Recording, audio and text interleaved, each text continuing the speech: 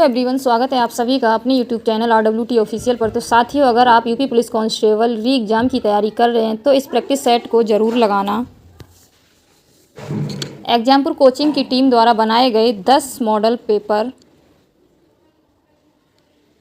जो आपकी UP police constable री एग्ज़ाम की तैयारी के लिए बनाए गए हैं स्पेशली। तो जिस भाई बहन ने ये मॉडल पेपर नहीं मंगाए हैं वो भाई बहन इस प्रैक्टिस सेट को ज़रूर लगाएं। यह अति महत्वपूर्ण प्रैक्टिस सेट है। उससे पहले सभी साथियों चैनल को सब्सक्राइब कर लें, बेल आइकन को प्रेस कर लें ताकि डेली क्लासेस का नोटिफिकेशन सबसे पहले आपको मिले। तो चलिए हम स्टार्ट करते हैं। हमारा पहला प्रश्न स्क्रीन पर आ गया। UPSSF का पूरा नाम बताएं। तो UPSSF का पूरा नाम क्या है? तो Uttar Pradesh security force, Uttar Pradesh special security force. तो ऑप्शन डी करेक्ट है। ए का डी आंसर। नेक्स्ट प्रश्न पे चलते हैं। निवेश मित्र मोबाइल एप्लीकेशन भारत निम्नलिखित में से किस राज्य की एक पहल है? तो किस राज्य की ये एक पहल है? तो ऑप्शन डी करेक्ट है। उत्तर प्रदेश की ये एक पहल है, निवेश मित्र मोबाइल एप्लीकेशन। नेक्स्ट पे चलते हैं। विमुद्रीकरण को निम्नलिखित में से किस नाम से भी जाना जाता है? तो इसे विमुद्रीकरण यानी कि नोटबंदी को कहते हैं, विमुद्रीकरण। तो ऑप्शन ए करेक्ट है। तीसरे का ए आंसर। फोर्थ नंबर, चलिए प्रश्न को पढ़ते हैं। उत्तर प्रदेश राजस्व संहिता 2006 के अनुसार एक अवधि या एक पट्टे वचनबंध या अनुदान के तहत धारित भूमि खंड को निम्नलिखित में से क्या कहा जाता है? तो क्या कहा जाता है इसे? क्या कहा जाता है? समेकित कृषि भूमि, बाग भूमि या धृति। तो इसे होल्डिंग कहते हैं। क्या बच्चों कहते हैं इसे? होल्डिंग। ऑप्शन डी 4 का करेक्ट है। 4 का answer A. Next question. Email में भरोसेमंद स्रोत बनकर दुर्भावनापूर्ण कारणों के लिए संवेदनशील जानकारी जैसे यूजर नेम, पासवर्ड और क्रेडिट कार्ड आदि विवरण आदि प्राप्त करने का प्रयास क्या कहलाता है? यानी कि ईमेल और ये सब क्रेडिट कार्ड, पासवर्ड, इनका अगर विवरण प्राप्त करने का प्रयास कोई करे तो उसको क्या कहते हैं? तो उसको क्या कहते हैं? फिशिंग। क्या कहते हैं? फिशिंग कहते हैं उसे। ऑप्शन डी करेक्ट है। तो फिशिंग में क्या होता है? फिशिंग क्या है? ये नकली चीज़ों में फंस जाना फिशिंग कहलाता है। फिशिंग यही है जो इसमें दिया गया है। जैसे साइबर अपराधी फिशिंग के द्वारा क्या करते हैं? ईमेल आईडी या मैसेज को क्या करते हैं? ये भेजते हैं जो किसी प्रतिपुष्टि या कंपनी, बैंक, ऑनलाइन या शॉपिंग आदि से ये मिलते हैं। जैसे स्पैम ईमेल यानी कि जो रिटायर्ड हो जाते हैं। इसी प्रकार का एक होता है साइबर बुलिंग। तो साइबर बुलिंग में क्या आ जाता है बच्चों? उसमें आ जाता है जैसे फेसबुक और इंस्टाग्राम आदि पर गंदे कमेंट अपना या सोशल मीडिया पर ट्रोल ये करना, ये साइबर बुलिंग हो जाता है। और स्पैम ईमेल ये होता है जैसे ये कभी आपने देखा इंस्टाग्राम पे भी स्पैम आ जाता है तो उसमें क्या होती है? रीचिंग कम हो जाती है स्पैम आ जाने से।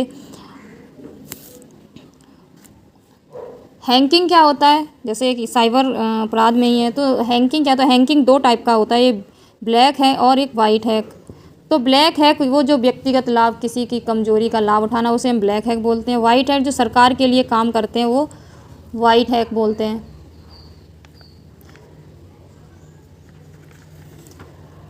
साइबर स्टॉकिंग क्या होता है? ये भी आप इसको इम्पोर्टेंट है। स्टॉकिंग क्या होता है? जो साइबर अपराधी द्वारा तंग, मतलब जो भी अपराधी होते हैं तंग करने वाले जो होते हैं उद्देश्य से धन कमाना, वो उसको बोलते हैं हम साइबर स्टॉकिंग। तो उससे बच के रहना चाहिए। फ्रॉड कॉल मैसेज आ जाना, ये इसमें होता है। साइबर स्टॉकिंग में क्या होता है? फ्रॉड कॉल्स आना। डेटा डिडलिंग भी एक आता है इसी में। तो डेटा डिडलिंग का मतलब क्या होता है? तो इसमें डेटा को छोड़ना, जैसे ऐंठना, तोड़ मरोड़ करना, ये या फिर डाटा को बदलना, ये इसको बोलते हैं डाटा डिडलिंग। सॉफ्टवेयर पायरेसी भी एक होता है। तो वो क्या होता है? Software piracy. इसमें क्या होता है? इसमें नकली सॉफ्टवेयर डाल देना। लॉजिक बम भी होता है जिसमें स्वतंत्र प्रोग्राम बनाए, इसमें तरह के ये सब आ जाते हैं। तो ये सारे क्या होती है, किसके अंदर आते हैं, ये साइबर अपराध के अंदर आते हैं। चलिए आगे नेक्स्ट क्वेश्चन पे चलते हैं।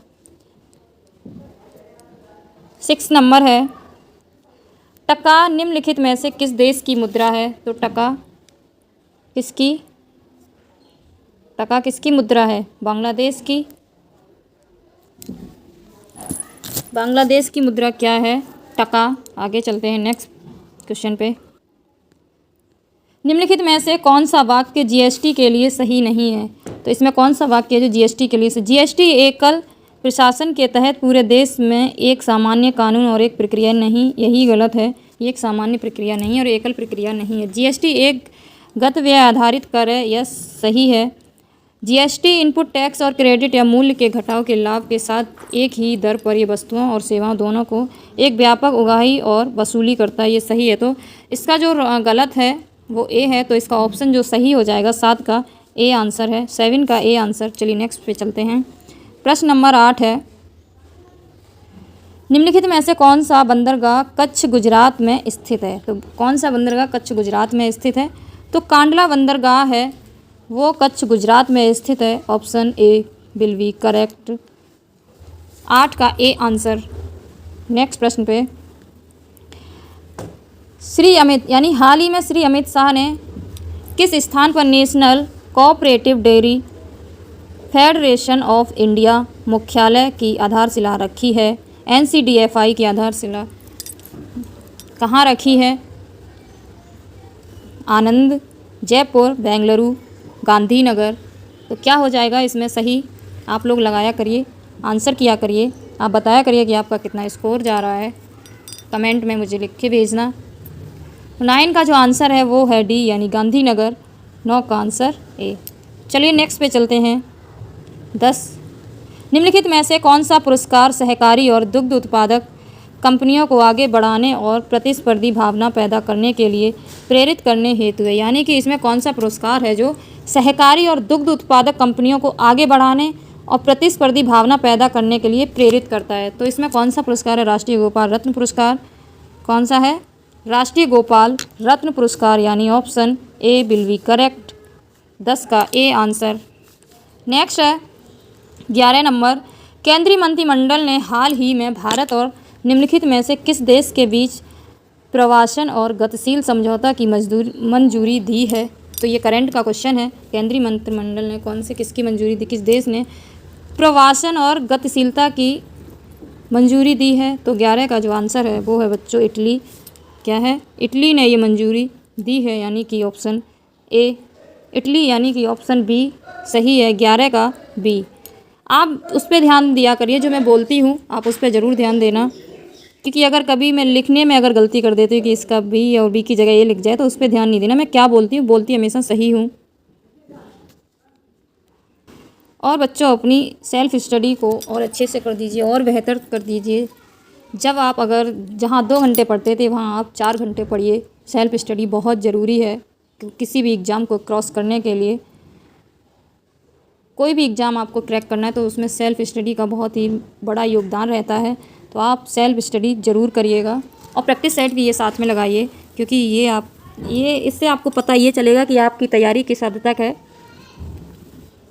तो प्रैक्टिस सेट लगाना भी ज़रूरी है।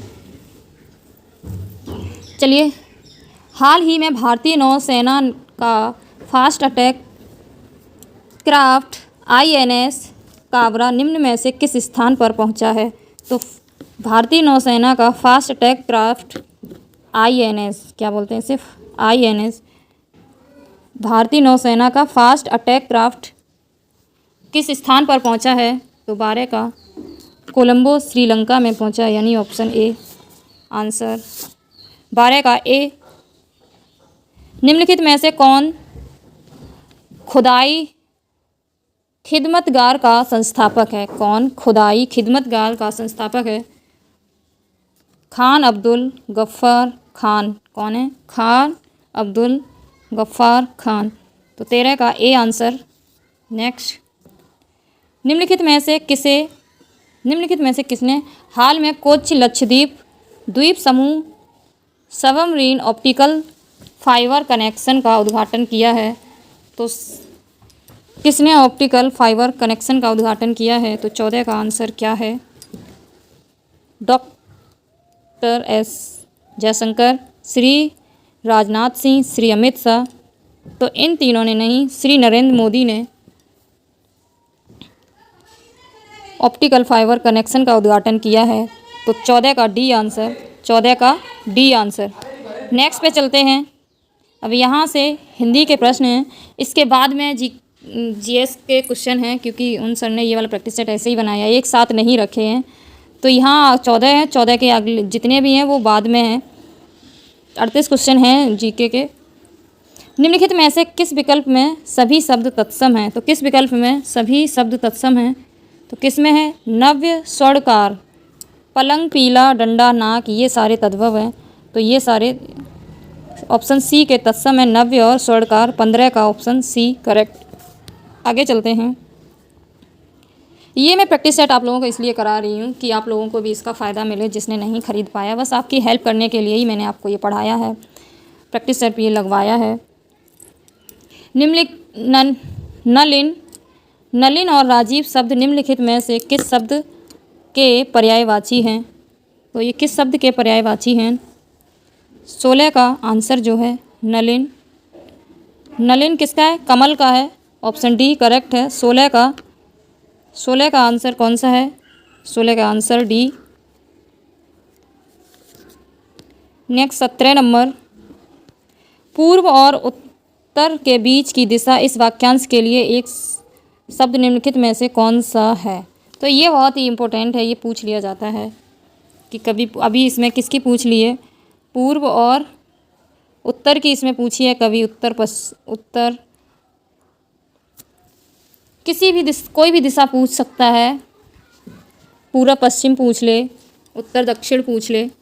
तो 17 का आंसर जो है वो है ए, ईशान कहते हैं। क्या कहते हैं बच्चों? ईशान कहते हैं।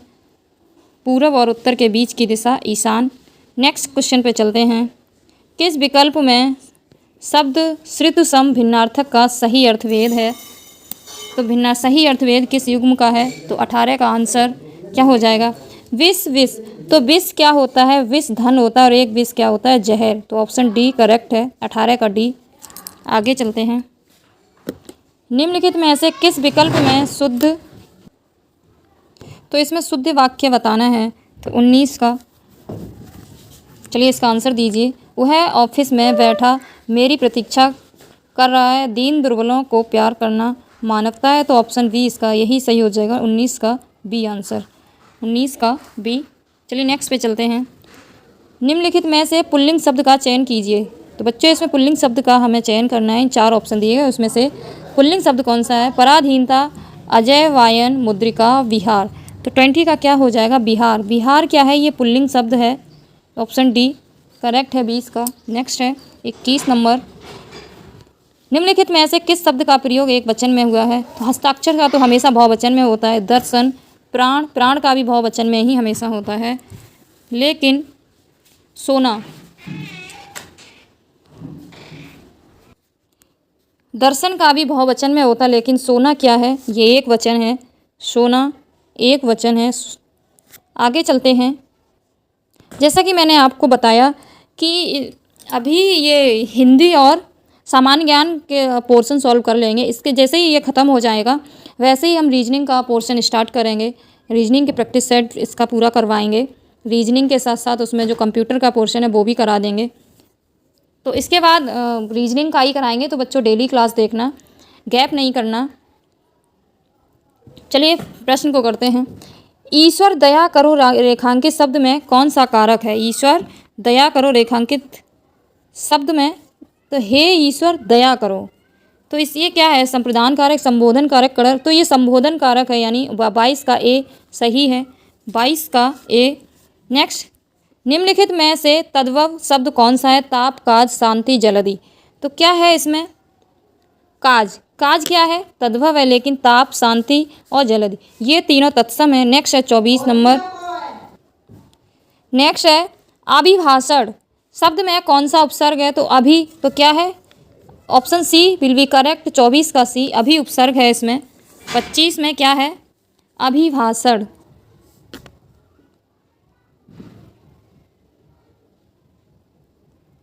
इसका आप देख लेना, अब होगा या फिर अभी होगा। आप लोग हमें कमेंट में बताना कि इसका राइट आंसर क्या है। मेरे अकॉर्डिंग तो शायद अभी है, सी है। आप लोग इसका बताना 24 का क्या है। सर ने इसमें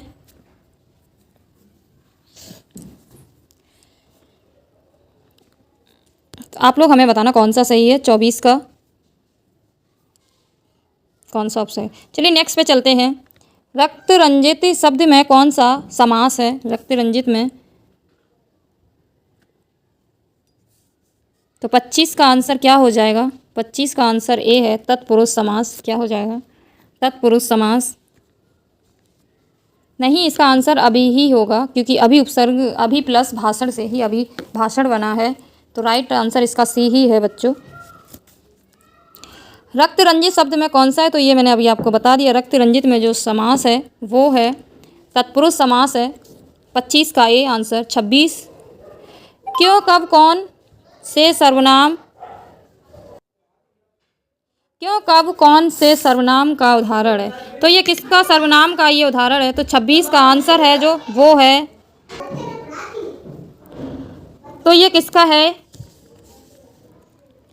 प्रश्नवाचक है। क्यों कब कौन कैसे किस में आते हैं? प्रश्नवाचक में आते हैं। तो ऑप्शन बी सही है। 26 का जो आंसर है वो है बी। नेक्स्ट है 27 नंबर। मदिरालय शब्द के संधि विच्छेद का चयन कीजिए। तो मदिरालय में संधि विच्छेद का हमें चयन करना है। तो संधि मदिरालय कैसे? मदिरा प्लस आलय किससे मिलके बना है? मदिरा प्लस आलय, यानी राइट आंसर डी है इसका। 27 का डी आंसर। 28 नंबर। अवतरण चिन्ह को और किस नाम से जाना जाता है? तो अवतरण चिन्ह को किस और नाम से जाना जाता है? तो उद्धरण चिन्ह के नाम से जाना जाता है। उद्धरण ये वाला होता है, डबल इन्वर्टेड कॉमा वाला। चलिए नेक्स्ट पे चलते हैं। सतही शब्द में किस प्रकार के संख्या बोधक विशेषण का प्रयोग हुआ है? तो सतसही में, सतसही शब्द में किस संख्या बोधक का? तो सतसही। तो इसका किसका हुआ है? इसमें गणनावाचक का हुआ है। तो इसमें क्या है? गणनावाचक विशेषण है, यानी 29 का आंसर ए। 29 का आंसर ए। नेक्स्ट पे चलते हैं 30 नंबर। राधा ने पायलट से चिट्ठी लिखवाई। इस वाक्य में कौन सी क्रिया है? तो राधा ने पायलट से चिट्ठी लिखवाई, यानी कि प्रेरणार्थक क्रिया है। क्या है इसमें? प्रेरणार्थक क्रिया है। Option A will be correct. 30 का ए आंसर। नेक्स्ट चलते हैं। आप लोग करा करिए मुझसे पहले। राधा ने पायलट से चिट्ठी लिखवाई, ये तो कर दिया। इसके आगे है चिल्लाहट में कौन सा प्रत्यय है? तो बच्चों चिल्लाहट में कौन सा प्रत्यय है? तो आहट। इसमें कौन सा प्रत्यय है? आहट। तो ऑप्शन ए करेक्ट है इसका। 31 का ए आंसर। नेक्स्ट पे चलते हैं 32। राम अभी सोएगा। क्या? राम अभी सोएगा। तो इसमें कौन सा वाच्य है? तो ये क्या है? भाव वाच्य, यानी कि भाव प्रकट कर रहा है। राम अभी सोएगा। नेक्स्ट है 33 नंबर। तिल का ताड़ बनाना मुहावरे का अर्थ क्या है? साधारण बात को बड़ा चक। तो इसका आंसर यही हो जाएगा, तिल का ताड़, यानी कि छोटी सी बात का बतंगड़ बनाना, ये भी कह सकते हैं। नेक्स्ट है परोक्ष का विलोम शब्द। तो परोक्ष का विलोम शब्द क्या हो जाएगा? परोक्ष का क्या हो जाएगा विलोम शब्द? 34 का डी प्रत्यक्ष। परोक्ष का प्रत्यक्ष, यानी डी आंसर। 34 का डी। नेक्स्ट है चमड़ी जाए पर दमड़ी न जाए। लोकोक्ति का अर्थ निम्नलिखित में से क्या कौन सा होगा? चमड़ी जाए पर दमड़ी न जाए। तो 35 का आंसर क्या हो जाएगा? अत्यधिक कंजूस होना। चमड़ी जाए पर दमड़ी न जाए, यानी कि कंजूसी दिखाना, यानी कि कंजूस व्यक्ति कोई है, अत्यधिक कंजूस होना। पर चमड़ी चला जाए पर हमारा दमड़ी यानी पैसा न जाए, कुछ ऐसा, धन दौलत, यही सब चीज़ से आ जाएगा। नेक्स्ट है क्रोध किस रस का स्थायी भाव है? तो क्रोध भयानक रस, विभत्स, रौद्र रस, वीर रस। तो क्रोध किसका है? तो क्रोध जो है वो रौद्र का है। किसका है? भय का, भयानक। आगे नेक्स्ट है सोठा के अद्वितीय और चतुर्थ चरण में, सोठा के द्वितीय और चतुर्थ चरण में कितनी मात्राएं होती हैं? तो सोठा का उल्टा क्या होता है? दोहा होता है। तो 37 में क्या है? द्वितीय और चतुर्थ चरण में, द्वितीय और चतुर्थ चरण में कितनी मात्राएं होती हैं? तो द्वितीय और चतुर्थ चरण में 13 मात्राएं होती हैं, लेकिन प्रथम और तृतीय चरण में 11 मात्राएं होती हैं। तो 37 का जो आंसर है वो है बी। 37 का बी आंसर। आगे चलते हैं। 38 नंबर, निम्नलिखित में से किस अलंकार में समान धर्म का होना अनिवार्य होता है? तो किस अलंकार में समान धर्म का होना अनिवार्य होता है? तो किस में होता है? उपमा में समान धर्म का होना अनिवार्य होता है, यानी कि 38 का सी आंसर। नेक्स्ट है 39 नंबर, निम्न भाग शब्द का अनेकार्थी शब्द किस विकल्प है? तो भाग शब्द का अनेकार्थी यानी भाग, बांटना, हिस्सा, ब्याज, भागना, तो क्या हो जाएगा? भाग यानी क्या हो जाता है? 39 का आंसर क्या हो जाएगा? इसमें नहीं पूछा है बच्चों, क्या पूछा है? नहीं। भाग शब्द का अनेकार्थी शब्द किस विकल्प में नहीं है? तो किस में नहीं है? ब्याज में नहीं है। भाग हिस्सा होता है, बांटना होता है और भागना होता है, भागना। तो आंसर इसका क्या हो गया? तो इसका आंसर जो है वो सी है, नहीं पूछा है, तो 39 का आंसर सी। नेक्स्ट है 40 नंबर, वह बाजार जा चुका है, इस वाक्य में क्या, वाक्य का काल पहचान यानी कि काल बताना है हमें। वह बाजार जा चुका है, तो आसन्न भूतकाल या पूर्ण वर्तमान काल है ये, तो option A will be right है, ऑप्शन ए। 40 का ये आंसर है। नेक्स्ट पे चलते हैं। ये अब हमें ये गद्यांश दिया गया है, 41 से 45 नंबर क्वेश्चन को हमें सॉल्व करना है, 41 से लेकर 45 तक के क्वेश्चनों को। तो चलिए इसको पढ़ते हैं पहले। निम्न क्या है? भारत भयंकर अंग्रेजी मोह की दुर्व्यवस्था से गुजर रहा है। इस दुर्व्यवस्था का एक भयानक दुष्परिणाम यह है कि भारतीय भाषाओं को समकालीन साहित्य पर उन लोगों की दृष्टि नहीं पड़ती जो विश्वविद्यालय के प्रायः सर्वोत्तम छात्र थे और अब शासन तंत्र में ऊंचे ओहदों पर काम कर रहे हैं। इस दृष्टि से भारतीय भाषाओं के लेखक केवल यूरोपीय और अमेरिकी लेखकों से ही नहीं है, बल्कि उसकी किस्मत मिस्र, बर्मा, इंडोनेशिया, चीन और जापान के लेखकों की किस्मत से भी खराब है, क्योंकि इन सभी देशों के लेखकों की कृतियाँ वहाँ के अत्यंत सुशिक्षित लोग भी पढ़ते हैं, केवल हम ही नहीं, जिनकी पुस्तकों पर यहाँ के तथा शिक्षित समुदाय की दृष्टि प्रायः नहीं पड़ती। हमारा तथाकथित उच्च शिक्षित समुदाय जो कुछ पढ़ना चाहता है उसे अंग्रेजी में ही पढ़ लेता है, यहाँ तक कि उसकी कविता और उपन्यास पढ़ने की तृष्णा भी अंग्रेजी की कविता और उपन्यास पढ़कर ही समाप्त हो जाती है, और उसे यह जानने की इच्छा नहीं होती कि शरीर से वह जिस समाज का सदस्य है उसके मनोभाव उपन्यास और काव्य में किस अदा से व्यक्त हो रहे हैं।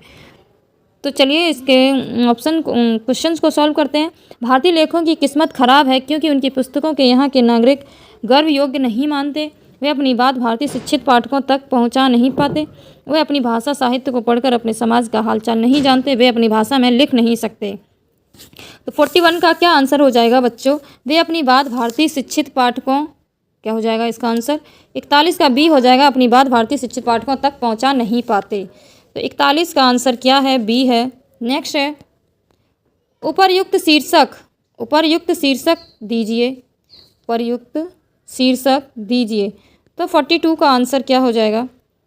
पर ये भारत की दुर्व्यवस्था है, भारत की क्या है? दुर्व्यवस्था है, तो 42 का आंसर डी। नेक्स्ट है 43, भारत का सुशिक्षित समाज कौन सा साहित्य पढ़कर संतुष्ट हो जाता है? तो कौन सा पढ़कर ये संतुष्ट हो जाता है? तो ये अंग्रेजी भाषा पढ़कर ही क्या हो जाते हैं? संतुष्ट हो जाते हैं। 43 का आंसर सी। नेक्स्ट है भारतीय भाषाओं साहित्य के प्रति समाज के किस वर्ग में अभिरुचि की भावना नहीं है? तो किस वर्ग में अभिरुचि की भावना नहीं है? तो सुशिक्षित वर्ग के जो लोग हैं उनमें क्या है? भारतीय भाषाओं साहित्य के समाज के प्रति अरुचि की भावना है। तो 44 का क्या है? सी आंसर है। 44 का क्या है? सी। चलिए 45, भारतीय भाषाओं के लेखक अमेरिकी, यूरोपीय तथा चीन, बर्मा, जापान के लेखकों से भी हीन है। क्योंकि वो क्यों हीन है? क्योंकि उनके साहित्य को भारत के सुशिक्षित लोग नहीं पढ़ते, क्योंकि भारत के सुशिक्षित लोग हैं वो नहीं पढ़ते हैं, वो वही पढ़कर संतुष्ट हो जाते हैं अंग्रेजी भाषा के ही उपन्यास या कविताओं को पढ़कर। तो 45 का आंसर ए। आगे चलते हैं।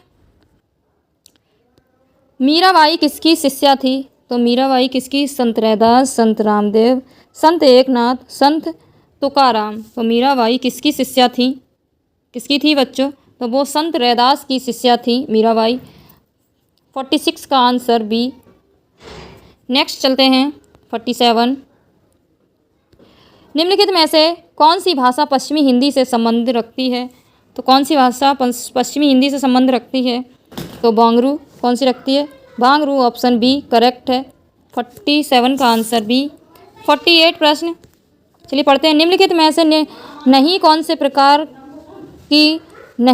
प्रकार का राजनीतिवाचक क्रिया विशेषण है? तो किस प्रकार का नहीं तो 48 का जो आंसर है वो निश्चय बोधक है। क्या है? निश्चय बोधक। सी ऑप्शन सही है 48 का सी। नेक्स्ट है, निम्नलिखित में से समुद्र शब्द का पर्यायवाची शब्द क्या है? तो समुद्र का पर्यायवाची रत्नाकार है। क्या है? रत्नाकार। 49 का सी आंसर। 50 मेघ मेघ श्रुत सम भिन्नार्थक शब्द का सही अर्थवेद। मेघ मेघ का हमें अर्थ बताना है। तो एक मेघ बादल होता है और एक मेघ क्या होता है? एक मेघ बादल होता है और एक मेघ क्या होता है? यज्ञ होता है। तो option D will be correct answer. 50 का डी। 51 स्त्री जो अभिनय करती हो वाक्य के लिए शब्द एक शब्द क्या होगा? स्त्री जो अभिनय करती हो तो उसे अभिनेत्री बोलते हैं। क्या बोलते हैं? ये इंपॉर्टेंट है, याद रखना। अभिनेत्री। 51 का आंसर बी। नेक्स्ट है, मानसरोवर किसकी रचनाओं का संकलन है? मानसरोवर किसकी रचनाओं का संकलन है? तो 52 का आंसर क्या हो जाएगा? प्रेमचंद्र। किसका? प्रेमचंद्र की रचना है मानसरोवर। 52 का आंसर डी। नेक्स्ट, चलिए यहाँ से अब फिर से जो बचे हुए प्रश्न थे किसके? सामान्य ज्ञान के, तो यहाँ से स्टार्ट हो रहे हैं। निम्नलिखित में से कौन सी भारत के पूर्वी तट पर स्थित खारे पानी की सबसे बड़ी लैगून झील है? तो बच्चों आप लोगों को मैं बता दूं, मैंने झील का टॉपिक पढ़ा दिया है। आप लोग हमारे चैनल पे जाके झील की क्लास देख सकते हैं। मैंने उसमें इम्पोर्टेंट झीलें पढ़ाई हैं।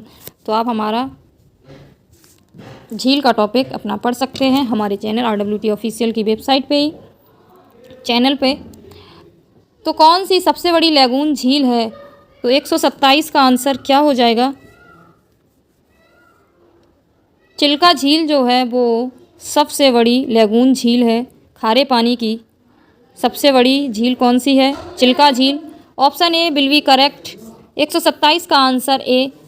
श्वेत प्रकाश कितने रंगों से मिलकर बना होता है? तो श्वेत प्रकाश जो है वो 8 रंगों से मिलकर बना होता है। कितने? 7 रंगों से, 7 रंगों से मिलकर ये बना होता है। तो आंसर बी। 128 का बी आंसर। नेक्स्ट है,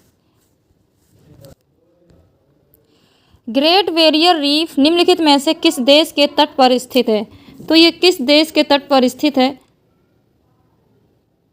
तो ये ऑस्ट्रेलिया। कहाँ? ग्रेट बैरियर जो रीफ है वो ऑस्ट्रेलिया देश के तट पर स्थित है। यानी 129 का जो आंसर है वो है बी। नेक्स्ट पे चलते हैं।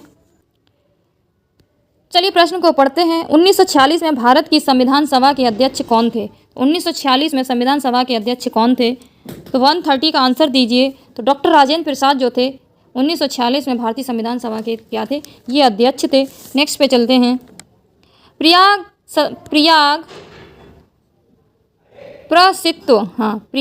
प्रसित्व की रचना निम्न में से किसके द्वारा संस्कृत में की गई है? तो किसके द्वारा संस्कृत में की गई? तो ये हरिसेठ के द्वारा की गई। यानी 131 का जो आंसर है वो है बच्चों डी। क्या है? बी ऑप्शन करेक्ट है। 131 का आंसर डी। नेक्स्ट पे चलते हैं। अंगूर की खेती उपज। तो अंगूर की खेती को हम क्या कहते हैं? विटीकल्चर कहते हैं। क्या कहते हैं? विटीकल्चर कहते हैं। मैंने आपको पिसीकल्चर में क्या होता है? मछली पालन। किसकी खेती होती है पिसीकल्चर में? मछली पालन। विटीकल्चर में अंगूर की खेती और कौन सा? सेरीकल्चर दिया गया है। तो सेरीकल्चर में किसकी खेती होती है? हॉर्टिकल्चर में कृषि किसकी होती है?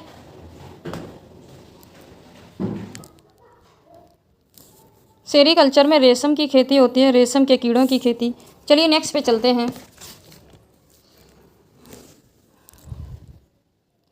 बैलाडिला की पहाड़ियाँ बैल के कुबड़ की तरह दिखती हैं। बैलाडिला की पहाड़ियाँ कैसी दिखती हैं? बैल के कुबड़ की तरह दिखती हैं। पहाड़ियों की यह श्रृंखला भारत के निम्नलिखित में से किस राज्य में है? तो भारत के ये किस राज्य में है? तो 133 का आंसर क्या हो जाएगा? ये छत्तीसगढ़ में है। कहाँ है? छत्तीसगढ़ में। 133 का आंसर डी। नेक्स्ट प्रश्न पे चलते हैं। निम्नलिखित में से किसके द्वारा निर्मित समुद्र के एक संकीर्ण चैनल द्वारा श्रीलंका भारत से अलग होता है? तो भारत है वो समुद्र क्या है? प्रश्न किसके द्वारा समुद्र के एक संकीर्ण चैनल द्वारा श्रीलंका भारत से अलग होता है? तो किसके द्वारा, किस चैनल के द्वारा जो भारत से श्रीलंका अलग होता है? तो 134 का क्या हो जाएगा आंसर? पाक और जलडमरू मध्य और मन्नार की खाड़ी के द्वारा श्रीलंका भारत से अलग होता है, यानी कि 134 का जो आंसर है वो है बच्चों सी है। नेक्स्ट पे चलते हैं। 135 नंबर। सोनपुर पशु मेला हर वर्ष भारत के निम्नलिखित किस राज्य में आयोजित होने वाला एक सांस्कृतिक कार्यक्रम है? तो सोनपुर का पशु मेला कहाँ लगता है? तो सोनपुर का पशु मेला ये बिहार में लगता है, यानी ऑप्शन डी सही है। कहाँ लगता है ये पशु मेला सोनपुर का? ये बिहार में लगता है। आगे चलते हैं। विश्व पुस्तक दिवस प्रत्येक वर्ष कब मनाया जाता है? विश्व पुस्तक दिवस कब मनाया जाता है? तो 136 का आंसर डी है। 23 अप्रैल को विश्व पुस्तक दिवस मनाते हैं। 5 जून को विश्व पर्यावरण दिवस। बच्चों भी एक करंट में जो बनाया गया एक दिवस है वो खेल दिवस है। जो खेल दिवस अभी हाल ही में यानी कल परसों 11 जून को 2024 में जो नए दिवस बनाए गए हैं, तो इसमें एक ऐड किया गया खेल दिवस जो 11 जून को मनाया जाता है। कब मनाया जाता है? ये राष्ट्रीय खेल दिवस नहीं, ओनली खेल दिवस ये 11 जून को मनाया जाता है। जो ये डेज में ऐड किया गया जितनी तिथि, तो 11 जून को खेल दिवस अब से 2024 से मनाया जाने लगा है। तो ये करंट का क्वेश्चन है, आप इसको याद रखना। आगे चलते हैं। 137 निम्न में ऐसे किस राज्य के कुछ हिस्सों में 400 साल पहले नहर सिंचाई की एक स्थानीय प्रणाली विकसित हुई थी? तो कूल्हा तो जिसे कुल्ह कहा जाता है, क्या कहा जाता है? जिसे कुल कहा जाता है, तो वो कौन सा राज्य है? तो 137 का आंसर क्या हो जाएगा? क्या हो जाएगा बच्चों? हिमाचल प्रदेश राज्य को जो 400 साल पहले सिंचाई की एक स्थानीय प्रणाली विकसित हुई थी जिसे हम कुल्हा कहते हैं, वो सिंचाई प्रणाली का नाम क्या है? कुल्हा। क्या है ये? कुल्हा। कुल्हा इसमें क्या था? जो इस सिंचाई में क्या होता था? कुल्हा का मतलब इसमें एक जैसे बैल ले लिए जाते, बैल के द्वारा वो बैल चारों तरफ घूमते थे और जिससे फिर वो नीचे से पानी आता था, उसी को बोलते थे हम कुल्हा सिंचाई। नेक्स्ट चलते हैं। भारत में जनगणना संगठन के लिए सर्वोच्च पद कौन सा था? तो सर्वोच्च पद कौन सा था? महारजिस्ट्रार और जनगणना आयुक्त भारत। तो ऑप्शन सी 138 का आंसर क्या है? सी सही है। नेक्स्ट है कुमार संभव निम्नलिखित में से किस लेखक साहित्यकार की कृति है? तो किसकी ये कृति है? तो ये महाकवि कालिदास की कृति है। 139 का आंसर बी। 139 का आंसर बी है। नेक्स्ट है 140 नेशनल एल्यूमिनियम कंपनी लिमिटेड का पंजीकृत कार्यालय निम्नलिखित में से किस स्थान पर है? तो किस स्थान पर एल्यूमिनियम का? तो ये है भुवनेश्वर उड़ीसा में। कहाँ है? उड़ीसा राज्य में। तो आंसर क्या है इसका? बी है। 140 का बी। नेक्स्ट है WHO का मुख्यालय कहाँ है? तो WHO का मुख्यालय जेनेवा स्विट्जरलैंड में है। आंसर सी है।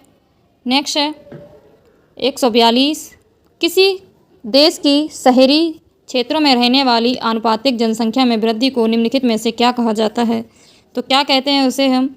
शहरीकरण। क्या कहते हैं? शहरीकरण। बढ़ने वाली किसी शहर की जनसंख्या बढ़ती तो इसे क्या कहते हैं? शहरीकरण। 142 का आंसर डी। आगे चलते हैं।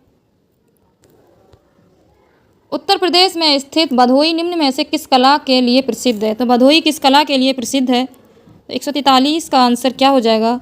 कालीन बुनाई। भदोही किसके लिए प्रसिद्ध है? ये कालीन बुनाई के लिए प्रसिद्ध है। 143 का आंसर जो है वो बच्चों डी है।